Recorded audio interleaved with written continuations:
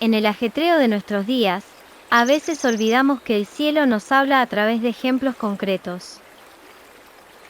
Hoy, como cada jornada, la Iglesia nos invita a recordar a un santo, una santa o mártires, cuya vida fue un reflejo del amor de Cristo en la historia.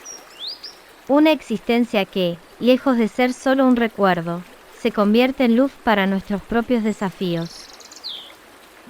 En este vídeo, reviviremos su legado y lo llevaremos al hoy, a través de una historia actual donde alguien, como tú, encontró en su ejemplo la fuerza para transformar el desaliento en esperanza, el egoísmo en servicio, la oscuridad en fe. Porque los santos no son figuras de museo, son compañeros de camino.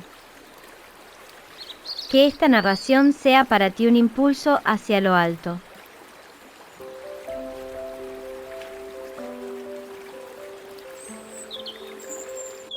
En esta reseña diaria para el día 9 de septiembre de los santos guardados en la memoria de la Iglesia, traemos estas historias de maestros de la vida cristiana de todas las épocas que como faros luminosos orientan nuestro camino. San Gorgonio, mártir en la Vía Lavicana. Poco se sabe de Gorgonio, uno de los primeros mártires de la antigua Roma. Fue sepultado en el cementerio de Duas Lauros, sobre la Vía Lavicana. Venerado en el siglo IV y en la Edad Media, fue luego olvidado. Sus restos fueron trasladados 2 veces, y ahora se encuentran en la Basílica Vaticana. San Audomar de Teruán, Homero, o Audómaro, es discípulo de San Eustacio, abad de Luxeuil. En el 642 ya era obispo de su ciudad, Teruán, Francia. Reevangelizó con mucha dedicación a la población que se había vuelto casi completamente pagana. Murió ciego alrededor del 670. Su culto ya estaba vivo en el siglo VIII.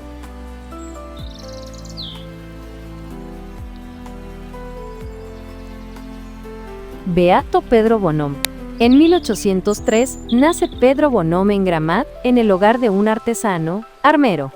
El caos del Quercy todavía está marcado por la devastación del período revolucionario. Lo que queda del clero ha envejecido. El seminario mayor aún no ha abierto sus puertas y las necesidades apostólicas son inmensas en este departamento que cuenta entonces con unos 250.000 habitantes. Muy pronto, el joven Pedro Bonhomme, apasionado por Jesucristo y motivado por la inmensa misión a realizar para salvar almas, toma la decisión. Será sacerdote. Entra al seminario mayor con el diploma de bachiller que obtuvo en el Colegio Real de Cahors para ser ordenado sacerdote en 1827. A partir de ese momento, él dio pruebas de un dinamismo extraordinario. En Gramat abre un colegio para varones y al año siguiente otro en Prayssac. Presta una ayuda eficaz a los sacerdotes ancianos de 2 parroquias de Gramat y crea el grupo de las Hijas de María, movimiento de espiritualidad para las jóvenes. Ahí está su primera obra. Está tan persuadido de la necesidad de la instrucción y de la formación humana y espiritual para las jóvenes cuando nada hay en esos lugares. Pronto es nombrado párroco de Gramat. Descubre la miseria de los pobres, ancianos y enfermos y la precariedad de los medios para ayudarlos. Invita a las jóvenes a ponerse a su servicio para las visitas, los cuidados, los socorros materiales y espirituales, y muy pronto, de acuerdo con la Sociedad de Beneficencia del Pueblo, decide construir un hogar. De este proyecto nace la Congregación de Hermanas de Nuestra Señora del Calvario. En esta época es habitual que se pida una comunidad religiosa para poner en funcionamiento un hogar. El padre Bonhomme, no encontrándola y viendo el fervor y la entrega de las jóvenes del grupo de las Hijas de María, las invita y las forma para que sean estas religiosas. Con esta propuesta, él sale al encuentro de su deseo de consagrarse a Dios. 4 gramatenses, Hortensia y Adela Pradel, Cora y Matilde Rousset, son el primer eslabón de una cadena no interrumpida hasta hoy. En Rocamadour, destacado lugar de peregrinación mariana en el Quercy, ellas hacen un retiro de discernimiento de 8 días, que concluye con su primer compromiso. Después de algunos meses de estadía en Cahors, para su formación en diversas congregaciones, ellas regresan a Gramat para vivir en comunidad y ponerse al servicio de los pobres y los niños. En 1833 pronuncian sus primeros votos y 30 años más tarde, a la muerte del padre fundador, son más de 200 y las comunidades se han multiplicado en el Lot y más allá, al servicio de los niños y jóvenes, catequesis, instrucción y formación. Las parroquias, los pobres y enfermos cuidados a domicilio, obras sociales. Los marginados de la época, sordomudos, enfermos mentales. Y durante este tiempo, el padre Bonhomme, por su parte, despliega una actividad desbordante al servicio de las parroquias. Predica numerosas misiones en el Lot y en el Tarn-y-Garonne, unas 60 en 10 años. Estas misiones duran de 1 a 3 semanas y tienen un éxito notable si se juzga por la frecuentación de los fieles, el número de confesiones y de conversiones. Allí comienza la fama de gran orador popular que, a partir de un contenido muy clásico, las grandes verdades, muerte, juicio, pecado, infierno, cielo y también los 10 mandamientos, sabe conmover, hacer llorar, pero sobre todo convertir y conducir al compromiso cristiano a numerosos paisanos de buena voluntad y jóvenes para su congregación. Él predicaba en patois, con fuerza y siempre, se revela un extraordinario ministro de la reconciliación. Misionero del Quercy, es a los pies de Nuestra Señor de Rocamadour, donde busca fuerzas e inspiración. Por su intercesión obtiene su curación cuando quedó completamente afónico durante un retiro que predica en la parroquia de Gramat. Allí también, el padre Callao, sacerdote de las misiones de Francia y restaurador de las peregrinaciones, le pide que inaugure, en 1835, las Semanas Mariales de septiembre. Antes de emprender este trabajo misionero, el padre Bonhomme toma el tiempo necesario para la reflexión. Con grandes deseos de ser fiel al Señor, hace en 1836 un retiro en la Trapa de Mortagne. Él mismo se siente atraído por la vida religiosa y más particularmente por la orden de los carmelitas. Quería llevar con él 2 compañeros para hacer el noviciado, con la posibilidad de regresar a Gramat con una comunidad carmelita. Pero el obispo de Cahors, Monseñor Dopul, se opone a este proyecto. El padre Bonhomme, obediente, se somete y colabora leal y activamente con el grupo de misioneros diocesanos establecidos en Rocamadour y al cual el nuevo obispo, Mons Bardou, ha dado otro superior, el padre Jouffroy. Después de 10 años consagrados a la renovación y evangelización de las campañas, en 1848, durante la misión de Puy-l'Évêque, un pueblo del Lot, pierde definitivamente la voz y debe renunciar a la predicación. El misionero diocesano no está más, pero queda el fundador, y durante los últimos años de su vida, continuará trabajando por su congregación y por ella contribuirá aún a extender reino de Dios, pues, atento a los signos del Espíritu, tiene un sentido agudo de los llamados y de las necesidades de su tiempo. La congregación cuenta entonces con 61 religiosas en distintas comunidades implantadas en las parroquias rurales para la educación de los niños y el cuidado de los enfermos. En 1844 había enviado una comunidad para prestar un servicio en el hospital psiquiátrico del departamento, en Leime, y sostuvo a las hermanas, en esta tarea tan difícil, con sus numerosas visitas. Él toma conciencia de la suerte de los enfermos mentales, que la medicina no llegaba a tratarlos como hoy. Y cuando en París encuentra al doctor Falret, médico en la Salpêtrière, que le pide hermanas para atender un asilo de día para los alienados convalecientes e indigentes, decide concretar esta fundación. Las hermanas llegan a Grenelle, París, el 1 de julio de 1856. Por su enfermedad de laringe, privado de voz, el padre Bonhomme experimenta todos los días las dificultades de comunicación con su entorno. Durante las misiones descubre en los pueblos del campo inválidos, sordomudos, privados de comunicación, de educación y con frecuencia excluidos. Su enfermedad lo hace más sensible al discapacitado.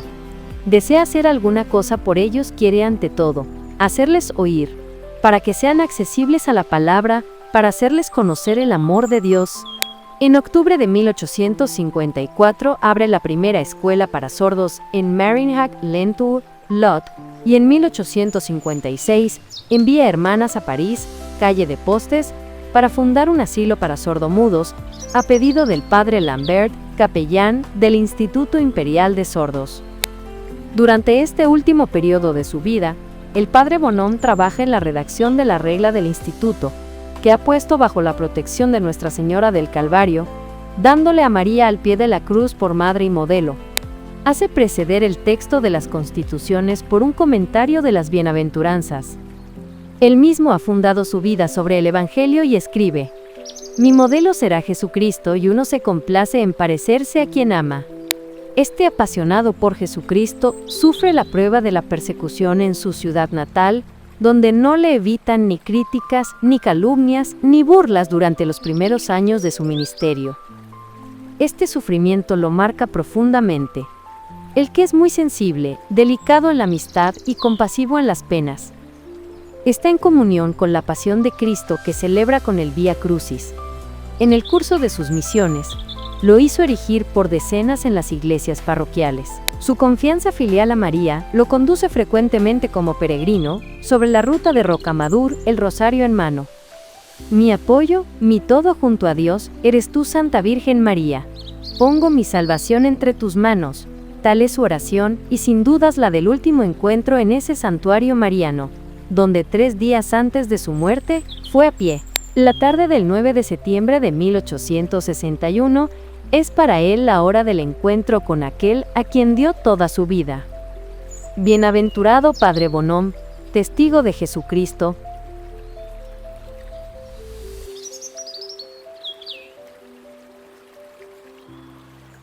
Santa María la Antigua.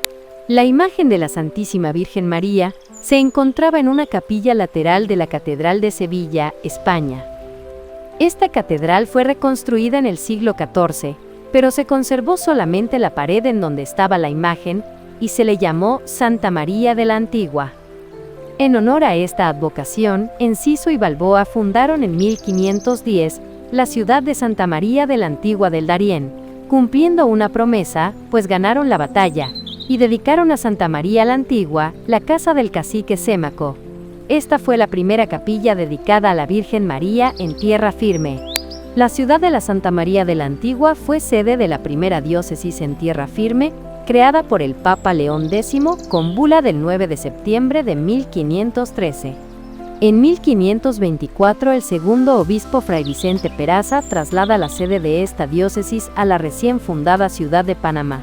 La ciudad fue incendiada en 1671 y reedificada junto al poblado de Ancón en 1673. La patrona de la catedral y de la diócesis de Panamá fue desde 1513 Santa María la Antigua.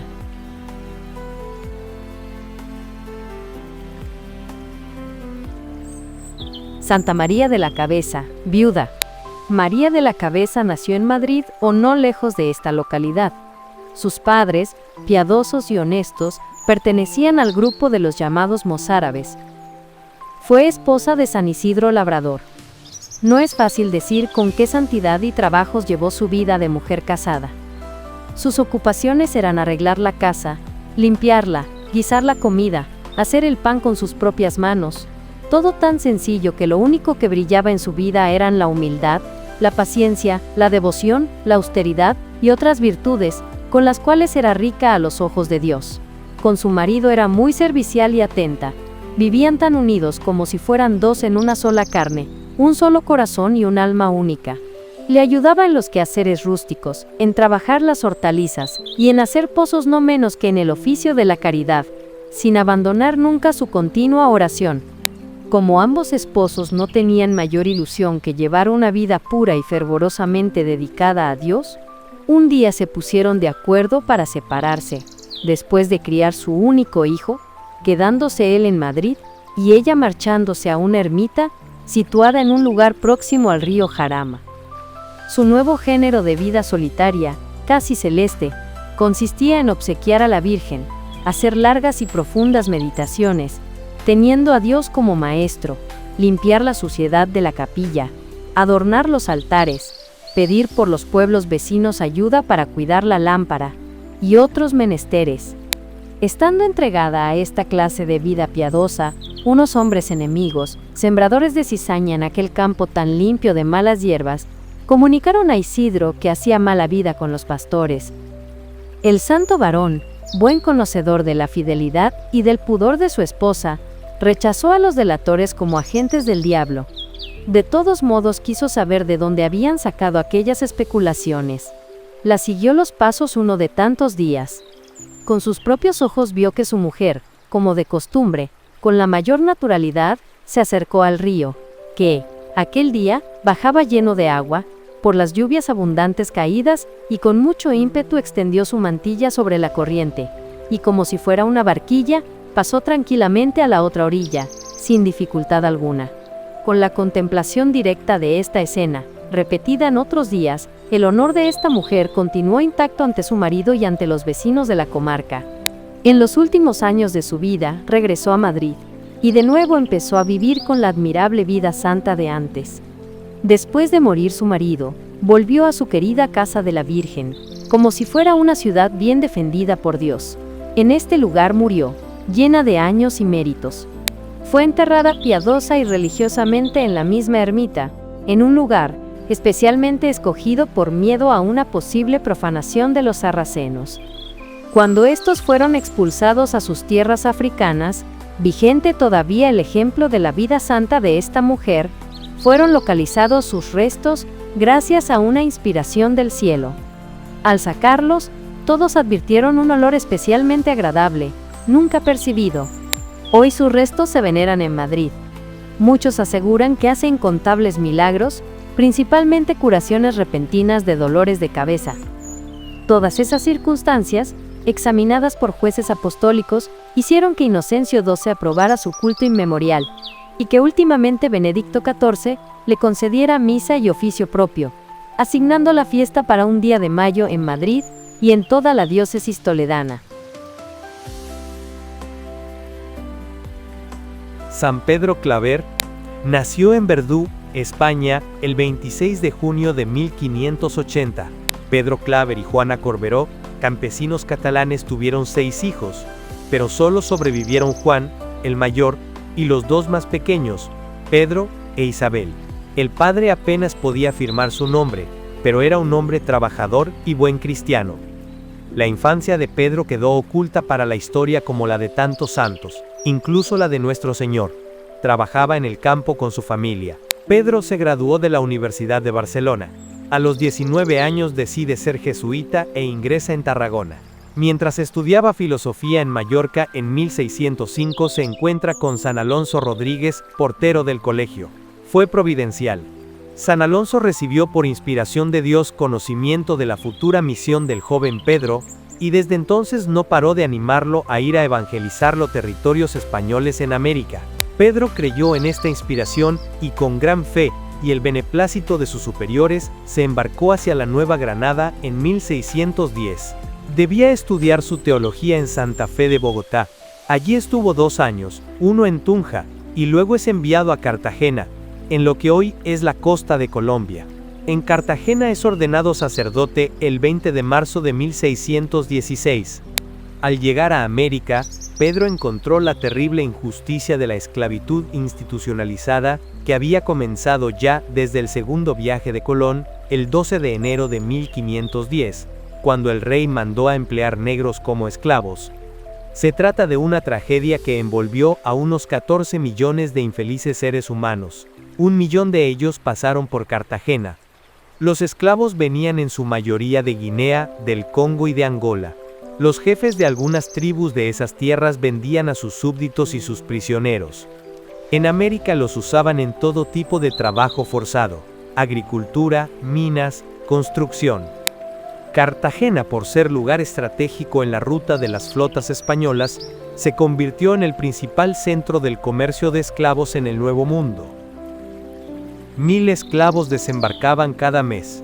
Aunque se muriera la mitad en la trayectoria marítima, el negocio dejaba grandes ganancias. Por eso, las repetidas censuras del Papa no lograron parar este vergonzoso mercado humano. Pedro no podía cambiar el sistema. Pero sí había mucho que se podía hacer con la gracia de Dios. Pero hacía falta tener mucha fe y mucho amor. Pedro supo dar la talla. En la escuela del gran misionero, el padre Alfonso Sandoval, Pedro escribió: Ego Petrus Claver, Etiopum, semper servus. Yo Pedro Claver, de los negros esclavo para siempre. Así fue.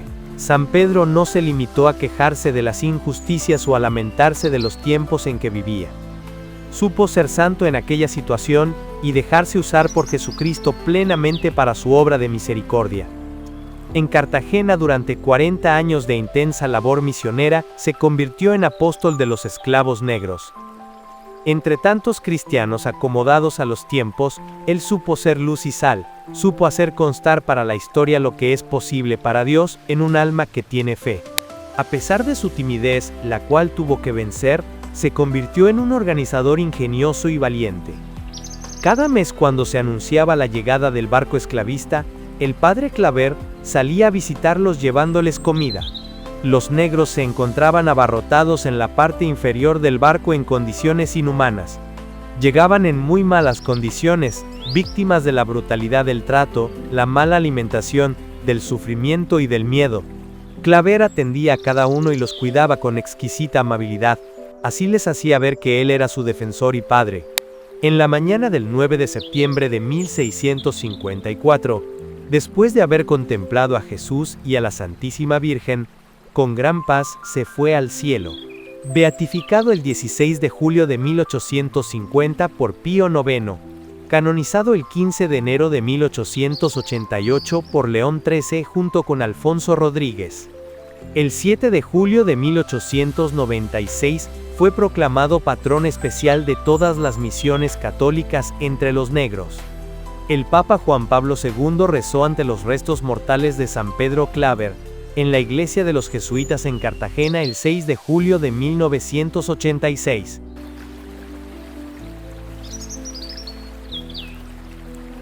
La vida de esta persona no terminó con su muerte, porque las almas que arden con el fuego de Dios siguen iluminando incluso en la noche más oscura.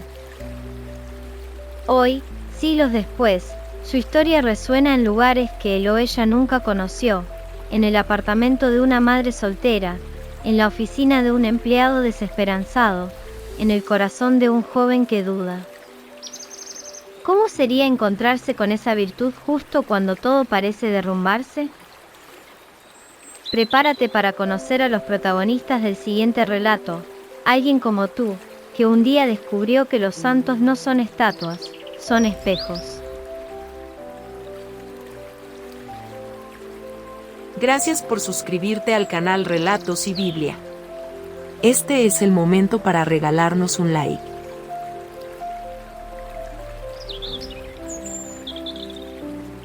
San Pedro Claver nació en Verdú, España, en 1580, y dedicó su vida a la misión de proteger y asistir a los esclavos africanos que llegaban a Cartagena, Colombia, en condiciones infrahumanas.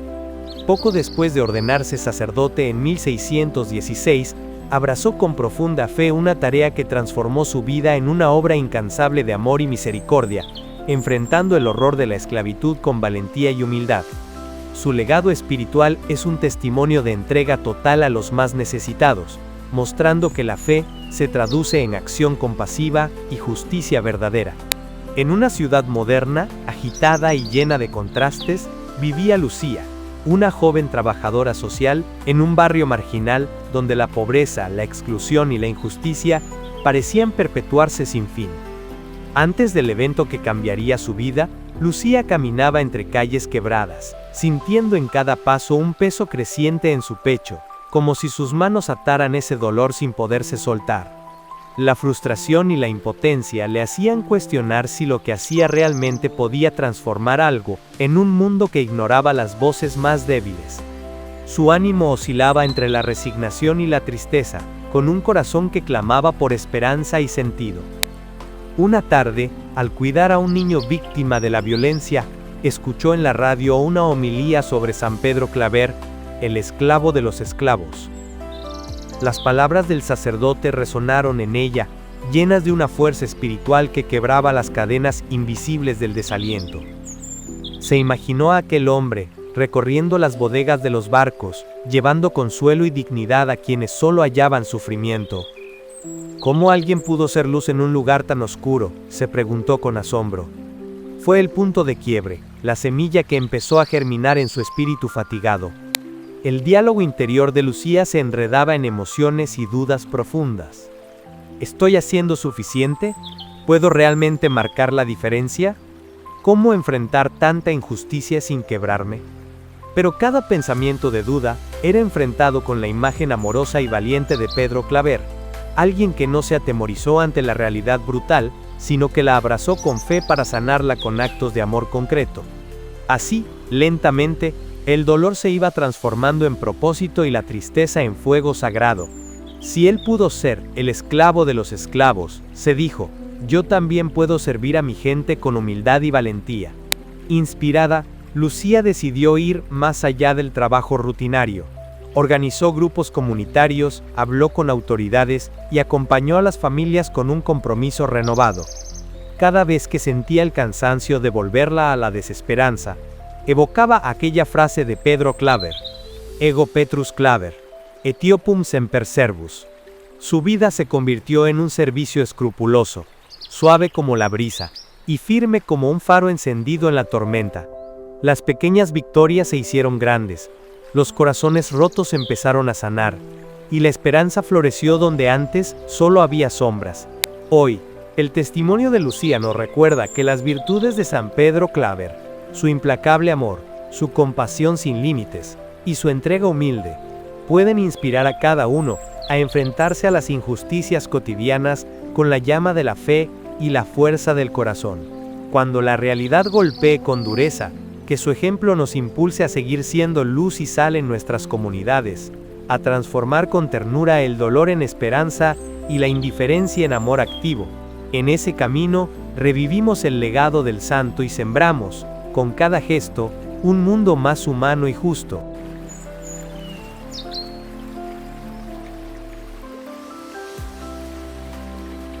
La vida de los santos evocados en el día de hoy nos demuestran que incluso en los tiempos más difíciles, sus virtudes nos elevan.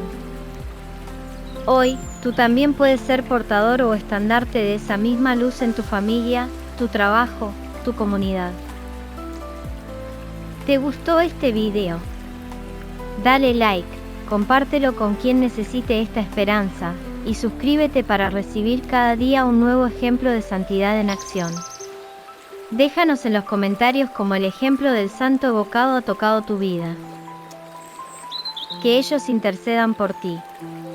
Hasta mañana, con otro santo que nos ayude a mirar el cielo sin dejar de caminar en la tierra.